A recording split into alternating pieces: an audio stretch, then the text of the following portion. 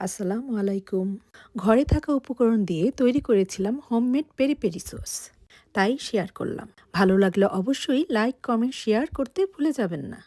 তাহলে চলুন peri peri sauce তৈরির রেসিপিটা দেখে আসি।